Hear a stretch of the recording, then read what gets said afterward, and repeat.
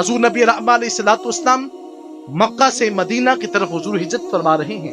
آقا علیہ الصلوۃ والسلام راستے میں ایک کمزور سی خاتون بڑھیا کا گھر ملتا ہے، اور مورخین لکھتے ہیں کہ آقا علیہ الصلوۃ والسلام اس کے گھر دستک دیتے ہیں۔ حضرت صدیق اکبر جب اس کے گھر کے اندر حضور علیہ الصلوۃ والسلام نے قدم ڈالا، آقا علیہ الصلوۃ والسلام نے پوچھا کہ ہم مسافر ہیں، کیا کچھ پلانے کے لیے پانی یا دودھ تمہارے پاس موجود ہے؟ اس نے کہا کہ میں نے آج تک کسی کو خالی نہیں موڑا، لیکن آج میرے گھر کے اندر پلانے کے لیے کچھ بھی نہیں ہے۔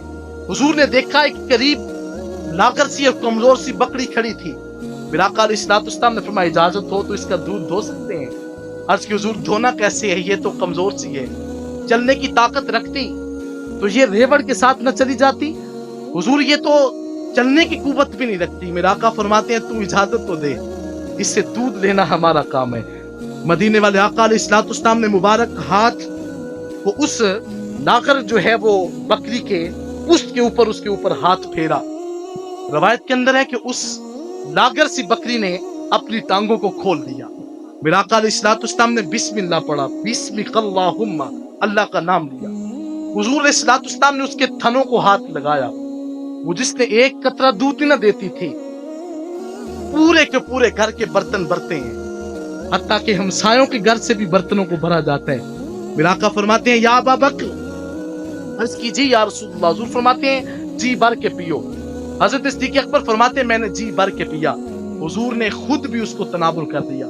خاتون قریب کھڑی دیکھ رہی تھی کہ کون شخص ہے کہ جس نے ہاتھ پھیرا اور اتنی برکت مل گئی، اور اس کا تاریخ کے اندر نام معبد ملتا ہے۔ آقا علیہ الصلوۃ والسلام نے جب اس خاتون کو کہا کہ یہ تمہاری بکری ہے، جیسی ہے تمہیں مبارک ہو، حضور چل جاتے ہیں۔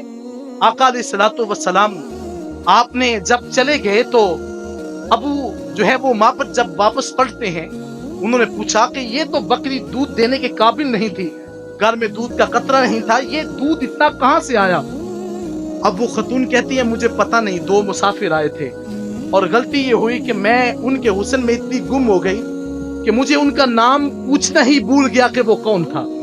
صبح و شام بیٹھ کر ان کا تذکرہ کرتے، اور دونوں نے بیٹھ کر کہا کہ جس کے آنے سے اتنی برکتیں آئی تھی اس کا نام ہم مبارک رکھ لیتے ہیں۔ کہا وہ مبارک نام والا شخص تھا جو ہمارے گھر میں آیا تھا۔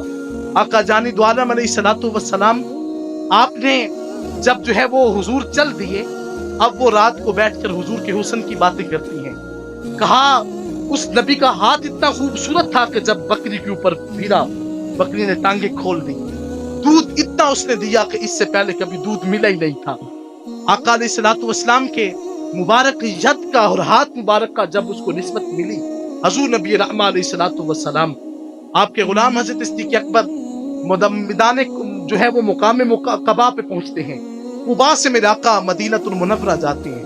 آقا علیہ الصلوۃ والسلام کی خدمت میں وہ ایک روز خاتون پہنچی، حضرت صدیق اکبر کو بچے نے دیکھا اور جا کر کے کہا کہ ماں وہ بندہ وہ دیکھو جو مبارک کے ساتھ آیا تھا، وہ جو ہمارے گھر آیا تھا، گھر میں برکتیں آئیں، گھر میں رونق آئی، وہ بندہ وہ پھر رہا ہے۔ جا کر پوچھا مسمو کا، اے انسان تیرا نام کیا ہے؟ انہوں نے کہا انا ابا بکر صدیق، مجھے ابو بکر کہا جاتا ہے۔ فرمایا وہ بندہ کہاں ہے جس نے بکری کی پشت پہ ہاتھ پھیرا، اتنا دودھ بہا، اتنا دودھ ملا کہ جیسے گھر کے اندر دودھ کی نہریں بہ گئی۔ کہا کیا تجھے پتا نہیں ہے اس نبی کا نام کیا ہے؟ کہا ہم تو نہیں جانتے۔ کہا اس نبی کا نام جو ہے وہ محمد الرسول اللہ ہے، سب کے یہ صلی اللہ ہو، وہ ہمارے نبی لگتے ہیں۔